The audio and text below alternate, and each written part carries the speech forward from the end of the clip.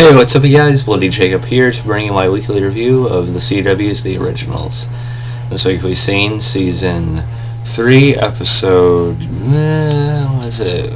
What episode is it? 5, I want to say. Please let me be right. Please let me be right. Yes, Season 3, Episode 5. I didn't completely embarrass myself. But you guys got to see me do a Google search, so... But yeah, so like I said, my Vampire Diaries review, which I just published and uploaded and stuff like that, it feels very good to be back on track, back to my usual routine of videos on my channel. And if you guys watch my discussion of the latest 2 episodes of the originals I didn't do a review on, you'll know that I felt the whole Aurora and Tristan storyline they've been building so far hasn't been very good to me. Just not poorly done or anything, just not, it hasn't like really pulled me in yet.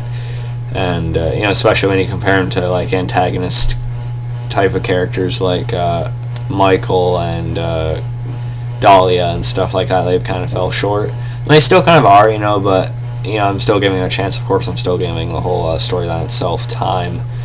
But with this week's episode, I think they really gained some traction as far as the whole Aurora storyline goes in particular. Now with this, I really feel like they are building up quite well, actually.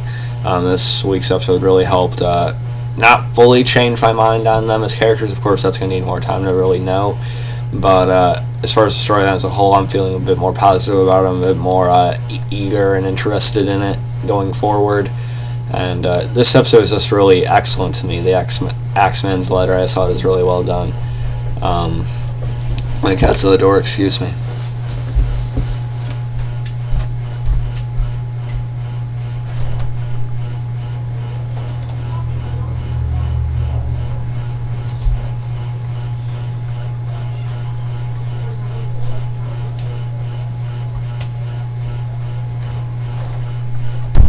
Something really weird she does, She pauses at the door acting like she's so desperate to get in, then she just walks away, or actually runs off.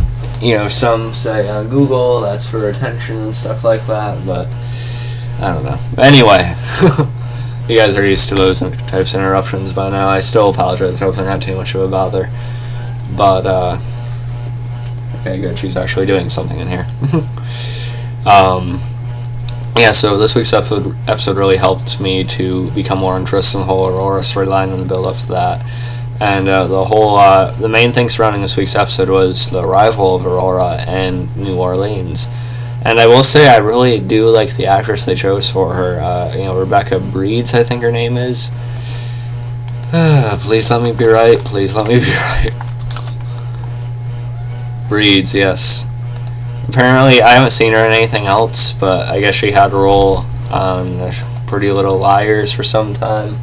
I don't really watch that show. It's not exactly one I'd like to say I watch either, but again, I haven't watched it, so I don't know. But just based on her performance so far as Aurora, I do think she's a very good actress. Of course, it just depends on how good the character is, and the Aurora character is gaining some traction for me, like I said. Of course, the episode opens with Klaus finding a letter from her, a very poetic one. Roses are red, violets are blue. Come find me before I find you. I think I might have gotten that exactly right. But excuse me if I got that wrong by a few words or something like that. We did have some other minor things going on, like smaller things. Not quite as much going on this week in the originals as the Vampire Diaries had. But let me just go over what else was going on just briefly. Davina basically forced or conned Jackson and Haley into working with her, not really working with her, just basically being her bodyguards for this event where she's supposed to gain more respect and admiration and stuff like that. From the witches.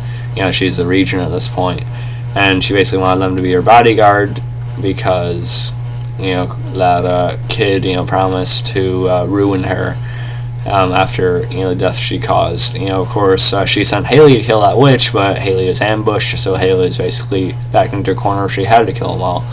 And Davina's basically not taking very much blame for it. I don't know. You guys know I don't like Davina. I feel like she thinks she's very entitled and a lot more powerful than she actually is, and she acts like she's done all this on her own, whereas she's just happened to be the person to be there and stuff like that, to be that harvest girl. She's not as capable or as all that as she seems like. She just bugs me, and she's not that interesting anyway. But so that stuff was okay, I guess. I did like the conversation she had with the son at the end. I thought that was decent. Let's see. Oh yeah, Cammy and Vince were looking more into Lucian. They're following around the city. Lucian ends up catching them, and he takes Cammy off, and Cammy reminds him that if he hurts her, then a certain someone will be after him. Which of course is Klaus, and Lucian takes that as Cammy trying to figure him out, like she's figured out Klaus, and he's saying they're not the same. She has no idea who he is or what he's done or gone through and things like that. But really, if Klaus came after Lucian like dead on, that would be over. No other way about it than that.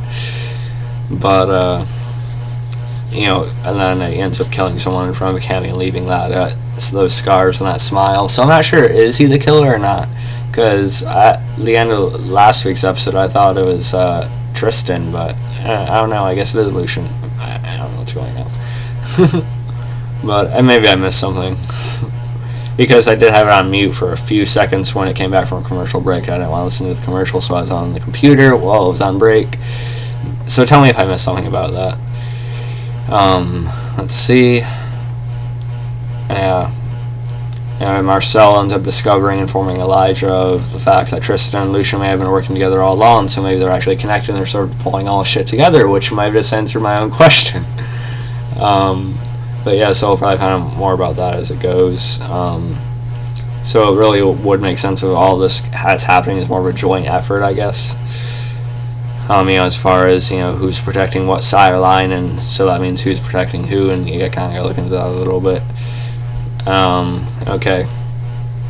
So of course, I'm backtracking a little bit, but like I said, I was talking about the more minor things before I get back to the main Klaus and Aurora centric thing of the episode. Klaus does meet up with Aurora, and scattered throughout our flashbacks. And when they meet up, Klaus eventually does embrace her, they kiss a little bit and stuff, but then Klaus reminds her of what actually tore them apart, and that was her, how she ended up, despite them connecting early and when they connected, she talked about how she feels like she's dead, specifically responsible for the death of her mother at her birth, and so that's why she's so dreaded and brought down on her birthday, because she's reminded of what she did, which is of course out of her control completely. And they connected over that because Klaus killed his own mother, except that was his choice when he was fully grown. But they connected over that, and later on it comes as a shock to Klaus, and Aurora completely brushes him off and calls him a complete monster, and someone she can never love, or someone that no one could ever love. And just fantastic acting from both Rebecca Breeds and of course Joseph Morgan. Joseph Morgan's just always been so, excuse my language, but fucking fantastic in the role of Klaus, and he just completely solidified that again in this episode. Just great emotion being showed in that scene. It really helps me to believe the whole Aurora story, and Rebecca Breeds is doing a good job as well, like I said. And then we find out later on that the big thing about that, this episode is teasing a secret that would tear the Michelson family even further apart than they already are. And we also know that Rebecca actually sired Aurora. So Aurora is actually supposedly seeking to protect Rebecca. But, Rebecca is of course off in that, Eva St. Clair's body somewhere. But we're seeing Claire Holt in flashbacks. I really just wish we had Claire Holt in the regular role again, even if it was a guest appearance every so often. I'd rather see her in the present day than flashbacks if we're going to see her. But, I guess it makes sense either way. Okay, and Aurora ends up revealing that the secret Elijah was keeping from Klaus was the fact that when everything was breaking down and the vampires were being discovered because they were creating more, Aurora committed suicide with Rebecca's blood in her that healed her, so she then jumped off and turned herself into a vampire, killing herself because the blood in her system, of course, she would turn. And she ends up revealing to Klaus, as I said, that as things were breaking down, they had to flee the city because of fear of their father coming. As awareness is drawn to that particular area, he actually compelled Aurora, to despise Klaus, whereas originally she was intending on trying to follow them and go along with them as they escape the city. And, allegedly let off anger after he found out that Klaus had killed Esther, which is something that they've covered between them before, the whole family. So that really just, breaks Klaus down, Klaus has pulled a lot of similar stuff like that, and I feel like if he was in Elijah's position and Aurora was Elijah's in that particular situation, Klaus might have pulled the same thing in order to get away cleanly. So, I don't know. Klaus isn't completely innocent either, as we know, but I still feel for Klaus in this moment, and he confronts Elijah at the end, and, they have a fight. Sometimes I still wonder why Klaus never, or rarely ever goes all out, or he never goes into that hybrid mode where his eyes change color and he can just completely overpower pretty much anyone. I wonder why he doesn't do that more often, But, some say it's because he wants to be able to fight someone, more fairly, more more evenly and stuff like that to show skill and things like that. But really, if he was really, this set on killing someone or taking someone down, he would use it every single time. So I feel like sometimes the writers, kind of use it as a convenience for him not to activate it so they can make things more difficult for the character. But I don't know. It's still a really, really cool fight, even though it didn't last too long. And I get caught off, right at the end as Elijah is ready for one of them to kill each other. So we're going to see where that goes. It's kind of leaving it ambiguous even in the previews how that fight exactly ended. Of course, I don't think any of them are going to die right there. But still frustrating they cut it off until next week. So, overall, I really did like this episode. I really, really enjoyed it because it really helped gain some more interest for me for the Aurora and whole, Tristan and Strick storyline. So I'm really happy about that. Just really more intrigued by the Aurora character and stuff. Really enjoyed this week's episode. Just fantastic acting all around, really well done flashbacks. Both TVD and the originals have great flashback sequences, really well shot. Just really, really good. So, if there's anything I forgot to mention, feel free to comment below. I'd love to discuss it more with you guys. Add me on Facebook, follow me on Twitter, and look for me on spoiled.com. And I forgot to say, follow me on Movie Pilot too. So, catch you guys next time, and peace.